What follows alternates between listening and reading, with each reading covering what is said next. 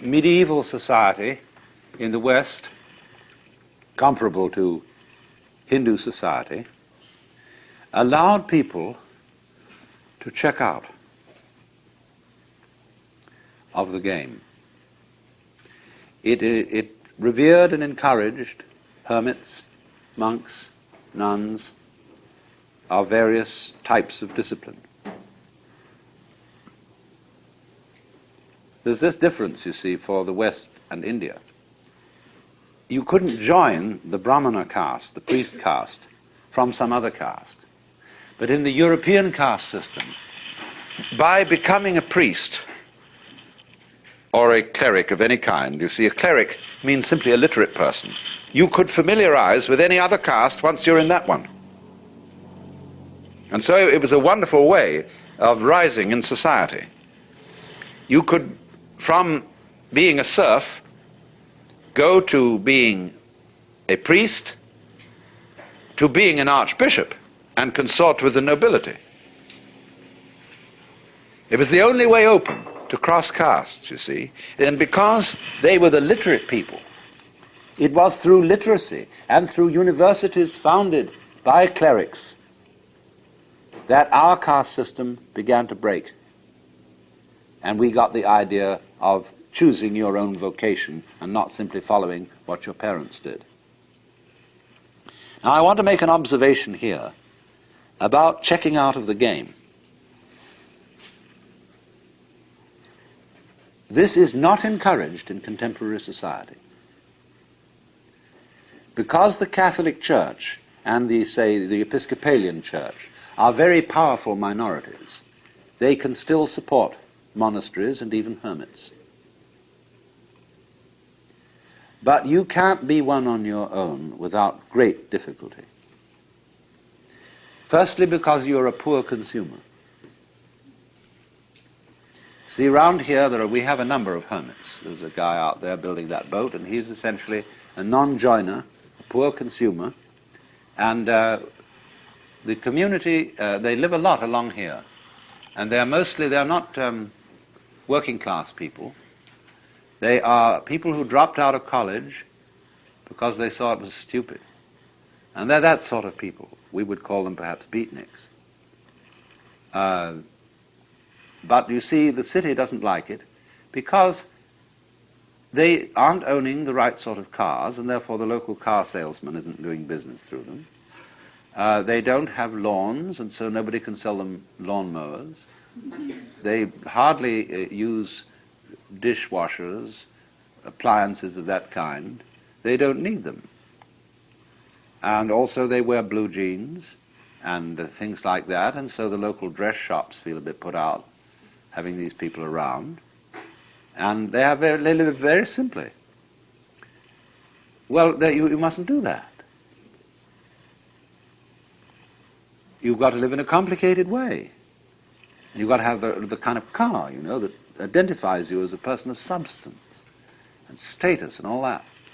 So there's a great problem here in our society. Now, why is there this problem?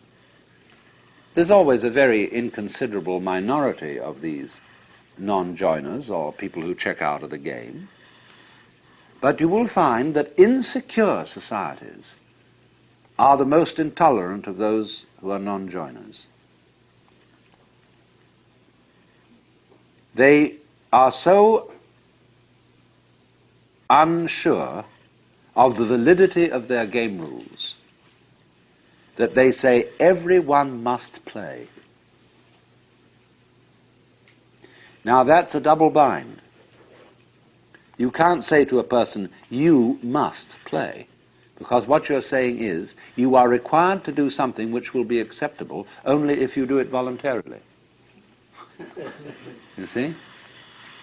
So everyone must play is the rule in the United States.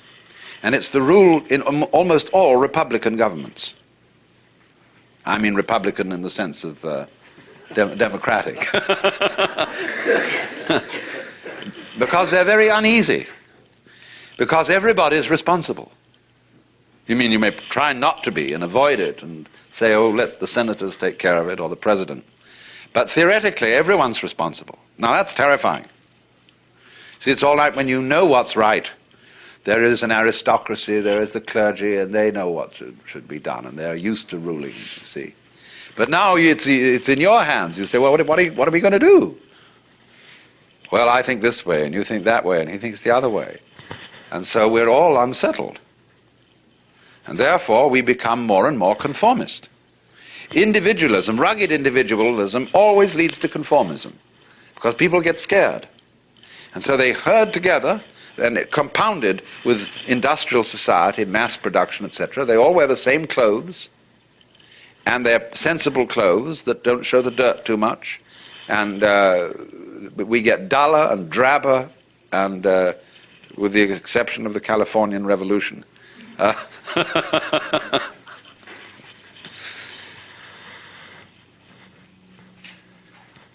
So the reason for this is, in a way, that democracy as we have tried it started out on the wrong foot. You see, in the scriptures, the Christian scriptures, it says everybody is equal in the sight of God. Now that's a mystical utterance. That means that from the standpoint of God, all people are divine and are playing their true function. And that is something that is true on a certain plane of consciousness. But come down a step and try to apply the mystical insight in the practical affairs of everyday life, and what do you get? You get a parody of mysticism. You get the idea not that everybody is equal in the sight of God, but that all people are equally inferior. And that's why all bureaucracies are rude, why the police are rude, and why you are made to wait in lines and are obstreperous income tax individuals and all that sort of person. Because everybody's a crook. Everybody's equally inferior. See, that becomes the parody of democracy. And that kind of society, watch out for it. It turns in a quick click into fascism because of its terror of the outsider. Now, a free and easy society loves outsiders. In fact, it's a little bad for the outsider's integrity, because he becomes the holy man, see? And people make salams and give him food and all that. They really take care of the outsider, because they know that man is doing for us what we haven't got the guts to do. That outsider who lives up there in the mountain is at the highest peak of human evolution. His consciousness is one with the divine. And great, just there is someone like that around. It makes you feel a little better. He has realized, he knows what it's all about. And so we need a number of those people. Even though they don't join our game, they tell us, you see, what you're doing is only a game. It's okay, I'm not going to condemn you, but it is only a game, and we up on that mountaintop are watching you. We love you, we have compassion for you, and but excuse please, we aren't going to join. So that gives the community great strength, because it tells the government in no uncertain terms that there's something more than government. That's why wise kings kept not only priests but court fools. The court fool is much more effective than the priest, to remind the king that after all he's human. And you know how in Richard II, where the fool is called the antic, the king says,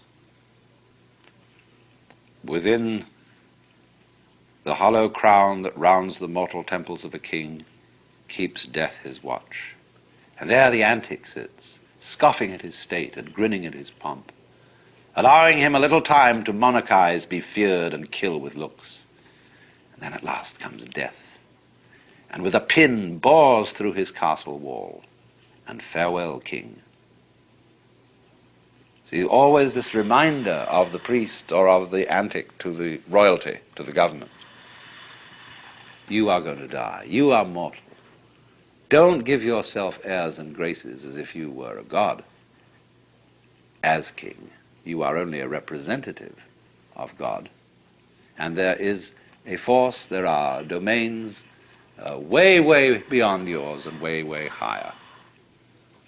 But it's very difficult for a Republican government to realize that, because it's insecure.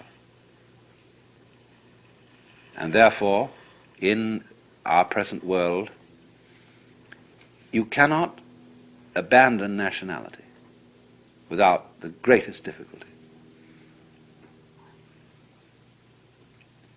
People who try to abandon nationality get constantly deported from one place to another.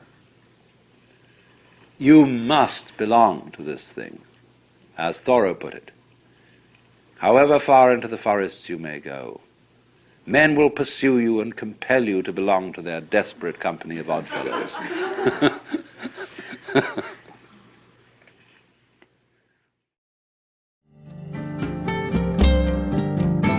This concludes Session 10 of Out of Your Mind, Essential Listening from the Alan Watts Audio Archives. Our program continues with Session 11.